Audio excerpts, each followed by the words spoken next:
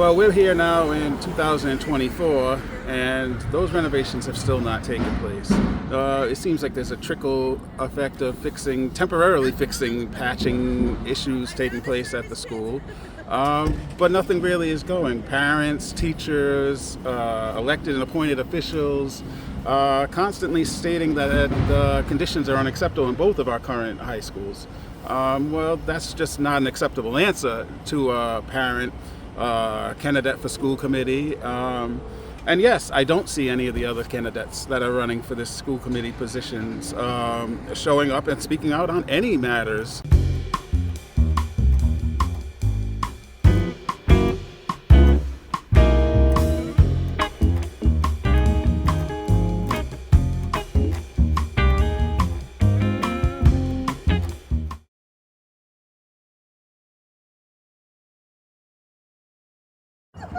Hey, and we are the Coalition Loud and Proud Civilly Disobedient Media. We are outside of the J.M. Walsh School for the Performing Arts, which shares quarters, if you will, at the Jenks Junior High School here in Pawtucket, Rhode Island.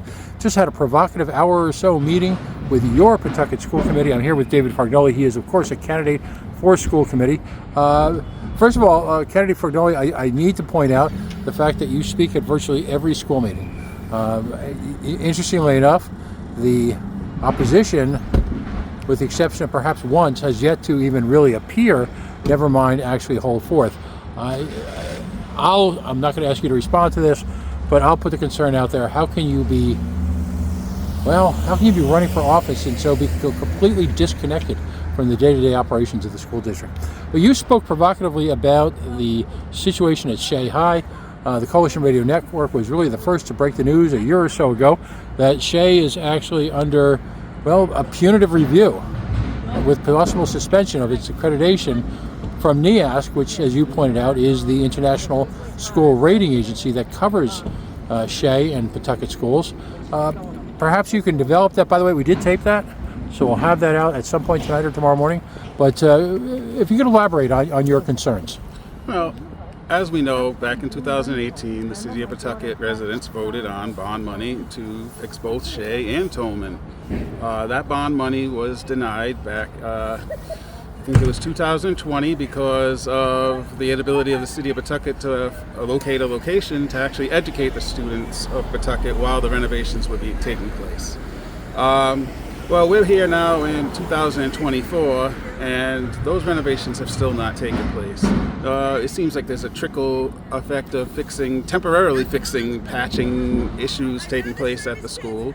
But nothing really is going. Parents, teachers, elected and appointed officials constantly stating that the conditions are unacceptable in both of our current high schools.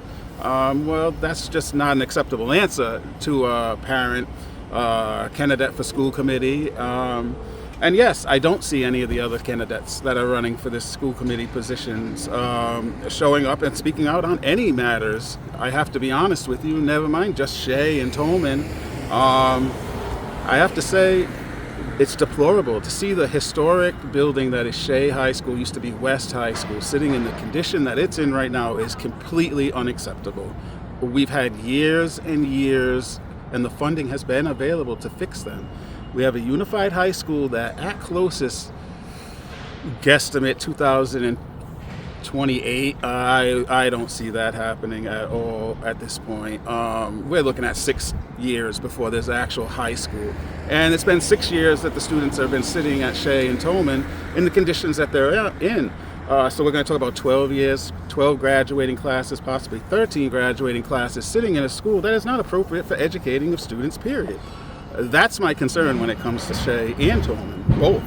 When it comes to, I'm sorry, Pat, okay, it's important to note too that the complaint from NEASC was not academically based. It was all structural. It was all structural. Formal warning to do with the critical and imperative need for safety renovations to be done. And that was 2020, I believe, or 2022 they did that. Have any of those been addressed? Any of those issues been addressed besides patching the roof, which they approved the patching of the roof? But I also remember the Blicker proposing it, stating that it would have to be done every year at about 80,000 this year. So what does that mean with inflation next year and the following year and as we move forward? What I'd like to do is set up a debate between all the candidates that want to run and are still eligible for the November 5th election, general election. I don't see anyone speaking. I'm not sure that most of the people running, that if they're not incumbent, have any idea, because they won't speak out on any subjects. So if the people of Pawtucket are happy with electing people that have no idea what's going on in the schools of Pawtucket or the structural integrity of the present high schools or the elementaries or middle schools, or someone that's been in Pawtucket their whole life, a resident such as myself and some of the incumbents, have an idea of what's going on, I would like to sit them down and go over some of the very important issues, academic issues, special needs. I'd like to go over academic standing, getting back to the basics of education and academia, which I think are lacking completely in not only Pawtucket. I just think they're falling off all around that. So, in long answer, there you go. Well, by the way, amongst the findings in NEASC, I think one of the more contemptible findings was the notion that there are classrooms at Shea where you could not simultaneously operate the space heater and the classroom's computer. Now, what's wrong with that? In the year 2024, we're talking about space heaters in schools. Number two, we're talking about classroom computer, as in singular. So the wiring is not up to date, the heating is not up to date, and yet we're putting our students there. I personally had the opportunity to visit Tolman last year, and I was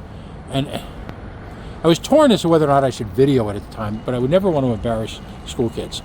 So I was there for an event, and after the auditorium was cleared, I'm not exactly Speedy Gonzalez here. I was setting my equipment, down, breaking it down, and I saw the students file out, and a couple minutes later, I saw them walk by me again. Okay, a couple minutes, I saw them walk by me again, and to my horror, it turns out that gym class for a significant number of the students at Tolman is walking around in circles inside in the auditorium.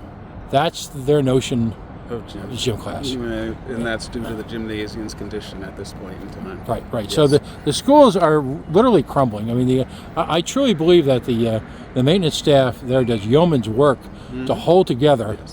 Somewhere there's a piece of duct tape that, when ripped off, will probably result in the entire school crumbling. And I'm only being partially facetious, but is that even safe? I don't believe it's an appropriate educational environment for our students. I would not be comfortable with my children going to that school, so why would I be comfortable as a candidate for school committee with any students going to that school? Right. Honestly. And that's my feeling. And I've spent years writing emails, showing up to not only city council meetings, school committee meetings, charter review meetings, as you know, standing up for the city and standing up for what's right for the schools and the students of the city of Pawtucket. And the teachers and administrators. It has to be across the board, or it's not going to work, which means all factors need to work together in order to make that happen. I don't believe it is I don't believe either of our present high schools are conducive to an appropriate education to be conducted in those buildings, in those school environments. Fair enough. Well, there's only a few weeks to the election. You're calling for a debate. I am. We'll put that out there. We'll try and reach out to some of the candidates, see if they answer the phones. We've tried to reach out to a few and haven't had much success. I'll call the mayor's office and get a permission slip. Sorry. How can folks find you on the web? Well, you can find me either at my Facebook campaign page, which is David Fargnoli for Pawtucket 2024, or you can find me at my webpage, which is David Fargnoli for Pawtucket School Committee 2024.com. Fair enough. Well, again, Kennedy Fargnoli, thank you for spending a few minutes. It's been a full and rewarding day, I think, for everybody, and it is the first winter chill is setting in. I certainly, just full disclosure, I appreciate the volunteer work you've done with us in delivering water to homeless encampments in some pretty difficult circumstances in this very same city.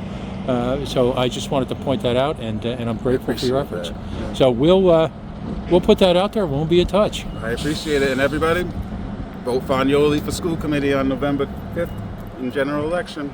Thanks very much, David. Thank you.